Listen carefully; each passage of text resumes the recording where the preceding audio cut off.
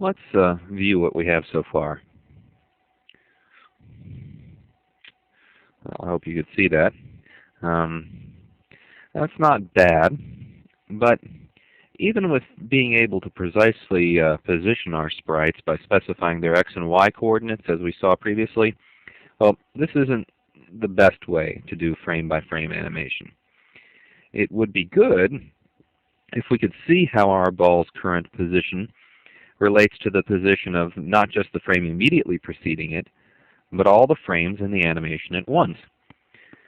This is possible using a technique called space-to-time animation. Now, in this method, we position all of our ball sprites in the same frame, but in different channels, and in progressively different positions in those channels. Let me demonstrate. First, let's open up our score window and delete the previous animation that we created by selecting the first sprite in the channel, holding down the Shift key, and then clicking the last sprite. That selects all those sprites. And then let's hit delete. Okay, so we've deleted our previous animation. Now we move to the spot in our score where we want our animation to begin. As before, we just move it back to the beginning. Let's make it so we can see everything at once here. Okay.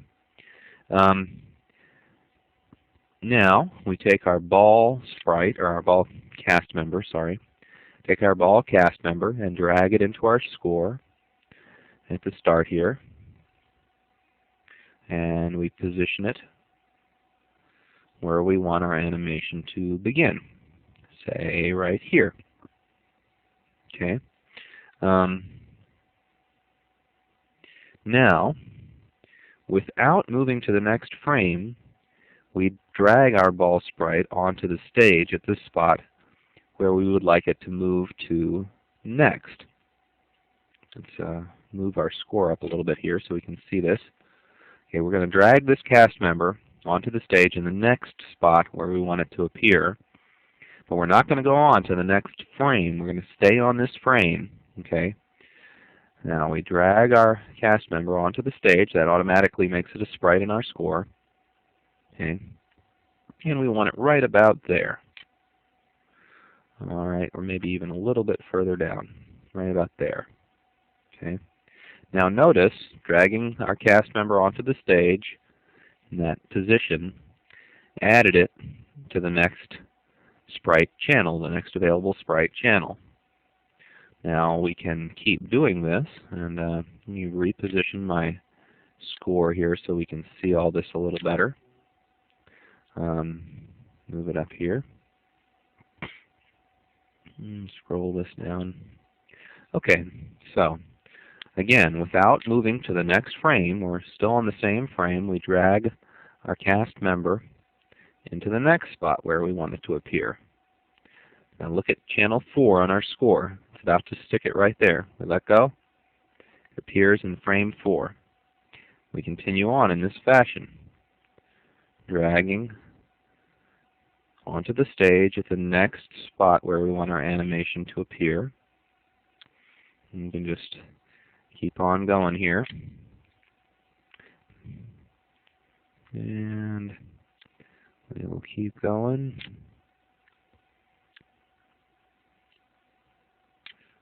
And make this here. Let's make it bounce back up. Let's hit the stage, let's hit the table. Make it bounce back up. Notice it just keeps adding to the score here as we add to the stage. Okay.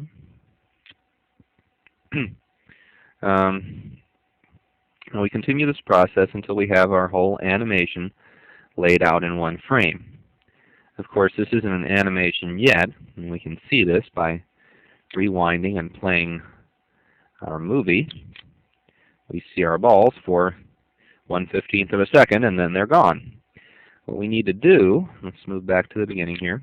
What we need to do is to spread our balls out in separate frames. to see an animation. Now to do this, we select all of our sprites by clicking on the first one in the score, holding down the Shift key, and then selecting the last one in our score.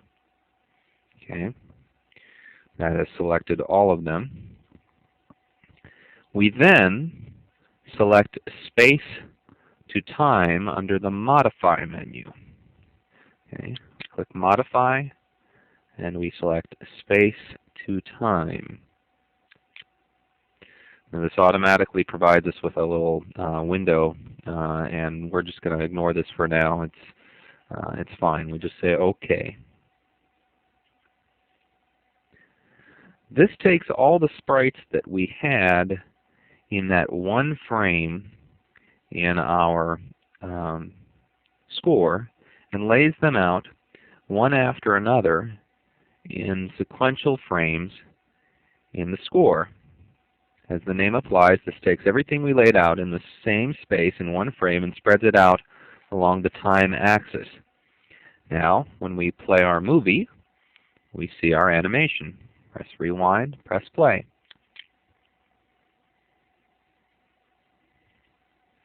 So that's a convenient way of doing frame-by-frame animation. And notice when we select a sprite, we can see the path that it's going to take.